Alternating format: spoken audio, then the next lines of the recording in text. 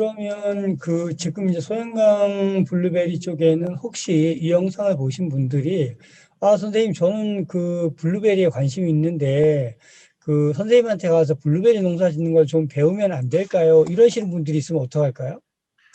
굉장히 많이 옵니다, 사실. 아, 주말마다 많이 와요. 이제 음, 제가 벌써 한 10년 정도 이제 블로그를 작성하고, 이제 작년에, 이제 2020년에 이제 유튜브를 하면서, 블루베리 재배와 관련된 하나의 그 동영상 교재를 만들어 보겠다. 그래서 2019년 12월 21일부터 제가 블루베리에 관련된 모든 것을 1년 동안 동영상을 촬영한 거예요. 그게 한 150개 정도 되는 것 같습니다. 그러니까 블루베리 재배 관련된 한 150개 정도 이 동영상을 보고 또 이제 저한테 와서 직접 배우고 싶다. 그런 사람들도 많이 있죠. 그래서 주말이면은 그분들이 와서 어떻게 심는지, 어떤 품종을 선택해야 되는지 이런 것에 대해서 많이 자문을 구하고 또 전화로도 하고, 요즘은 제가 일주일에 한 번씩 직접 뭐 이 라이브 방송을 하면서 이 블루베리 재배에 관련된 사람들하고 이야기도 하고 있습니다. 네. 되게 좋은 것 같습니다. 혹시 이제 우리 은퇴한 사람들이 블루베리 농사를 지어야 되겠다. 그러면 이제 뭐 그 제일 먼저 농업기술센터에서 교육을 받고 뭐 SNS 교육이나 이렇게 하는데 지금 이제 실제 막상 귀농 스스로 준비하셔가지고 블루 농사를 짓고 계신 입장에서 이렇게 하면 은퇴자들이 좀 프로세스를 당기거나 안전하게 블루베리 농사를 할 수 있겠다. 이런 절차적인 게 혹시 있을까요? 네, 일단 뭐 제가 보기에는 블루베리 이외의 모든 작물은 다 공통입니다. 공통적으로 일단 뭐 귀농을 해서 정상적으로 안착을 하려면은 최소한 본인이 어떠한 작물을 재배할 것인가에 대해서 그것을 설정하고 또 그 작물에 대해서는 전문가가 돼야 돼요. 전문가가 돼야 되는데 그 전문가가 되는 방법은 첫 번째로 저는 교재를 보라고 합니다. 뭐 시골에서 보면은 뭐 너 이장님한테 물어보면 다 답이 나온다는 얘기가 있지 않습니까? 모든 답이 이장님은 다 안다고. 근데 그런 것이 아니라 작물에 관련된 답은 바로 이 교보문에 있어요. 우리가 학교 다닐 때 교과서 중심으로 공부하라는 얘기 많이 하는데 실질적으로 이 작물에 관련된 것은 모두 이 교보문에 있다. 이 교보문을 보고 자기가 재배하는 작물에 대해서 기본적으로 지식을 머릿속에 둔 다음에 두 번째는 그 작물을 실제 재배하시는 분들을 찾아가는 거예요. 그리고 그 찾아가서 어떻게 재배하는지, 즉 이 책에 나온 이야기와 필드에서의 이야기는 어떻게 다른지 이런 것을 검증을 하고 그 다음에 자신 있을 때 이제 심고 키우는 게 중요한데, 블루베리를 예를 든다면은 블루베리를 재배하는 사람들은 좀 성격이 좀 급한 것 같아요. 나 블루베리 심어야지 하면 그 다음날 가서 묘목 사서 심어버리는 거예요. 근데 그건 정말 잘못된 거거든요. 블루베리는 살아있는 생물이에요. 내 마음대로 크는 게 아니라 블루베리 마음대로 크는 거예요. 블루베리 마음대로 크는 것은 블루베리가 자랄 수 있는 환경을 조성해 주는 것이 첫 번째인데, 블루베리가 자랄 수 있는 환경이라는 것은 첫 번째 물 빠짐이 좋은 토양에 자라는 거예요. 이 블루베리가 원래 진달래과거든요. 진달래하고 습성이 똑같아요. 진달래 질퍽질퍽한 논에서 절대 못 자라잖아요. 진달래는 토양이 척박하고 물 빠짐이 좋은 소나무 아래 이런 데서 잘 자라요. 근데 물 빠짐이 좋은 토양에 되고 그 다음에 두 번째가 pH 즉 산도가 4.5에서 5에 이르는 이 산성식물이에요. 호산성식물. 근데 대부분의 농작물은 pH 6에서 6.5에 달하는, 그러니까 중성에 가까운 pH 6에서 6.5에서 가장 잘 자라는데, 우리나라 이 토양은 이제 어떤 경우는 pH가 우리나라 토양 원래 산성 토양이 사실 늙은 토양이라서 이제 블루베리를 심으면 괜찮은데, 사람들이 그동안 너무 많은 비료를 주고 이렇게 해가지고 pH가 높거나 또는 그 땅에 염이라고 해서 양분들이 많이 축적되어 있는 그런 땅이 있어요. 그런 땅에 심으면 안 되거든요. 그래서 블루베리 심으려면 제일 먼저 물 빠지기 좋은 토양에 흙을 딱 퍼다가 농업기술센터에 갖다 주는 거예요. 농업기술센터에 갖다 주면 거기서 토양 검정실이라는 데서 토양을 분석을 해요. 그럼 토양 분석을 하면 거기서 뭐가 나오냐면 비료 처방소, 이 땅은 현재 산도가 얼마고 유기물이 얼마만큼 있고 그 다음에 전기 전도가 얼마 있고 이런 것을 뭐 전부 다 알려주거든요. 그리고 이 땅에다가 블루베리를 심으려면 여기다 무엇을 얼마나 넣어라 하는 이와 같은 시험 성적서 같은 것을 줘요. 그럼 거기에 맞춰서 심어야 되는데 대부분의 이제 귀농하신 분들은 그런 걸 다 생략하고 시장 가서 묘목 따다가 이제 땅에 딱 박아버리는 거죠. 그러면 얘들은 우리나라 땅은 절대 블루베리가 자랄 수 있는 그런 자연 땅은 아니에요. 그렇기 때문에 다 죽는 거죠. 그래서 블루베리를 심으려는 사람한테는 제가 하는 얘기가 1년 빨리 심으려고 생각하지 말고 1년 동안 블루베리가 무엇인지 확실히 이것만 공부해라. 그러고 심어도 절대 늦지 않다. 그것이 사실 정답이거든요. 충분히 연구하고 알고 접근해야지 모르고 접근하면 정말 뭐해 죽는지 모르고 그냥 뭐 망할 수밖에 없는 그런 상황입니다. 되게 좋은 팁이었습니다. 그래서 사실은 그 농업기술센터 같은 곳이 이제 전국적으로 있다라고 하니까 자기가 꼭 뭐 블루베리가 아니라 어떤 작물이지 심고 싶으면 일단 흙을 퍼가지고 가서 토양 성분 검사를 먼저 해서 거기에 적합한 농사를 지어야 된다는 말씀을 하시는 거죠. 맞아요. 맞아요.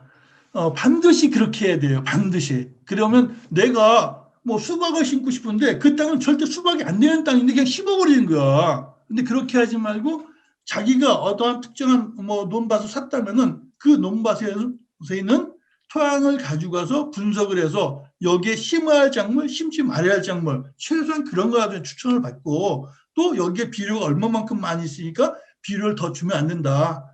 이제 한 가지 예가 이제 염류집적이라는 게 있어요. 염류집적. 염류집적이 뭐냐면은 시설하우스, 토마토나 뭐 이런 호박 같은 걸 하우스 안에서 재배하잖아요. 그러니까 이제 농부들이 이제 여기에 지속적으로 비료를 주는 거예요. 지속적으로.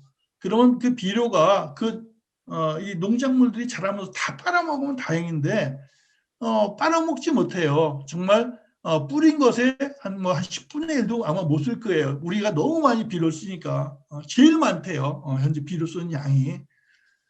그러니까 그 땅은 염이라는 것이 즉 양분이 이 양분이 토양에 축적이 돼서 거기에 어떤 것을 심어도 그 양분이 뿌리를 해서 그 양분을 땡기는 것이 아니라 식물의 뿌리에 있는 물을 땡겨버리는 거예요. 삼투압으로.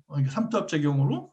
그러니까 그런 데서는 어떤 작물을 심어도 안 되니까 일단 땅은 작다. 그러면 토양 검정부터 하는 것이 우선이에요. 여기에 토양이 안 좋으면 객토를 해야 되고 그 염이 많이 있으면 염을 씻어내야 되고 여러 가지 작업이 필요합니다. 지금 이제 블루베리 농사 지으신 지가 벌써 한 7, 8년 되시잖아요. 10년 됐죠. 10년. 10년 예. 됐구나. 예. 블루베리 농사를 지금까지 지으면서 가장 힘든 때가 언제였어요? 저는 사실 뭐 작물 때문에 힘든 건 없었어요. 뭐 작물은 제가 한 2년 동안 책을 보고 이 동네를 쫓아다니면서 봐가지고 작물을 심어서 실패한 적은 없습니다. 다만 이제 귀농한 사람들이 가장 어려움을 이야기하는 거 이제 텃세라고 하죠. 언젠가 제가 농장에서 이제 일을 하는데 그 농장에 들어간 녹록길이 있어요. 녹록길이 일하고 트럭을 몰고 나오는데 길이 없어진 거야. 길이. 씨. 내 차가 그 안에 있는데, 산골짜기 안에 있는데, 그 길이 없어진 거예요. 그래서 길이 왜 없어졌는 거 아니? 그 밑에 있는 어떤 영감님이 자기 땅을 밟고 다닌다고 그 동네 다니는 길을 파버린 거예요. 그래서 제가 그 영감님한테, 어떻게 하면 되겠습니까? 그러니까 그 도로 사용료를 15만 원을 내래요. 1년간. 그래서 어떡합니까? 그 돈 내고 다녔어요. 근데 정말 그때 속상하더라고요. 그게 나만이 아니라 그 위에 많은 사람이 농사를 짓고 있거든요. 이제 그럼에도 불구하고 이제 저 같은 경우는 계속 출하를 해야 되는데 가장 바쁠 때인데 그게 딱 끊어놓으니까 뭐 제가 일단 뭐 15만 원을 드리고 그 길을 썼어요. 그리고 이제 1년 정도 지나니까 그분이 당신 땅을 저보고 농사를 지으라고 하더라고요. 당신 땅을. 왜? 뭐 그러든 말든 역시 열심히 농사를 지으니까 이제 처음에 한번 객기를 부려보신 거고, 이제 그 다음에는 이 사람이 뭐 정말 열심히 농사 짓는다고 인정해서 그런지 몰라도 당신 땅을 저한테 주면서 1,000평을 1년에 60만 원에 이제 저한테 임대해줘서 저보고 농사 지라고 하더라고요. 그래서 지금 사실 제가 농사 짓고 있는 그 1,000평이 바로 그 영감님의 땅입니다. 그리고 저는 2018년도에 농사 지면서 이제 2번 쓰러진 다음에 땅을 처분했고요. 그러니까 사실 그거 여쭤보고 싶었는데 우리가 이제 블루베리 농사 짓는데 1,000평 정도 필요하다라고 할 때 지금 우리 강 선생님처럼 누군가의 땅을 빌려서 하면 딱 좋은데 그럴 상황이 안 돼서 사실 이게 1,000평을 구매한다는 건 굉장히 큰 비용이지 않습니까? 안녕하세요. 너하나의 은퇴학교입니다. 오늘은 여러분들께 특별한 제안을 드리고자 이렇게 영상을 찍게 되었습니다. 50대 이후로 많은 분들이 창업, 자영업을 많이 하시잖아요. 그렇죠. 이분들의 이야기도 많이 듣고 싶어 하시는 분 많은 것 같아요. 많이 있죠. 저희가 최근에 이제 한 두 군데 다녀왔잖아요. 네. 예. 그래서 이제 막 50대 창업하면서 어떤 계기로 하게 됐는지 하는데 뭐가 힘들었다. 그리고 이런 거는 주의하면 좋겠더라. 하다 보니까 또 알바생이 너무 힘들어. 또는 이게 또 임대료 문제 뭐 이런 것도 힘들어하는 사람 있잖아요. 또 이거 아내가 안 도와줘 뭐 이런 얘기 있죠. 그래서 자영업 하면서 힘들어하는 얘기들이 있잖아요. 그리고 또 너무 좋아요 이런 얘기도 있잖아요. 그래서 우리 50대 분들의 자영업을 시작하면서 즐거웠던 일, 잘 되는 일들, 힘들었던 이야기 나눠주시면 새롭게 그 일을 시작하는 사람들에게 도움이 될 것 같고, 그게 또 우리가 은퇴학교가 추구하는 거기 때문에 자영업자 여러분들 시작하면서 어려운 일들, 잘 됐던 일들, 그럴 때 어떻게 해결했다 이런 이야기를 나눠주시면 새로운 분들에게 희망과 용기가 될 것 같습니다. 그래서 이제 정리해드리면은 50대 평범하게 살아가시는 분들의 이야기를 하고 싶으신 분들이나 그렇죠. 50대 은퇴하고 나서 자영업을 해보니 이렇더라 이런 말씀 나눠주실 분들을 모집하고 있습니다. 네네. 여기에 대해서 인터뷰를 해주시면은 은퇴 전략가님께서 직접 인터뷰를 해주실 거고, 그렇죠. 은퇴에 대한 다양한 상담, 전략도 물론이죠. 같이 나누는 시간 갖도록 하겠습니다. 네. 신청을 하실 분들은 아래 이제 링크 그렇죠. 누르시면 양식이 있거든요. 그걸 써주시면은 은퇴 전략가님께서 직접 전화를 하셔가지고 통화를 하시면 됩니다. 네네. 저희 은퇴학교 많이 사랑해 주셔서 감사하고요. 앞으로도 많이 좋은 컨텐츠로 찾아뵙도록 하겠습니다. 고맙습니다.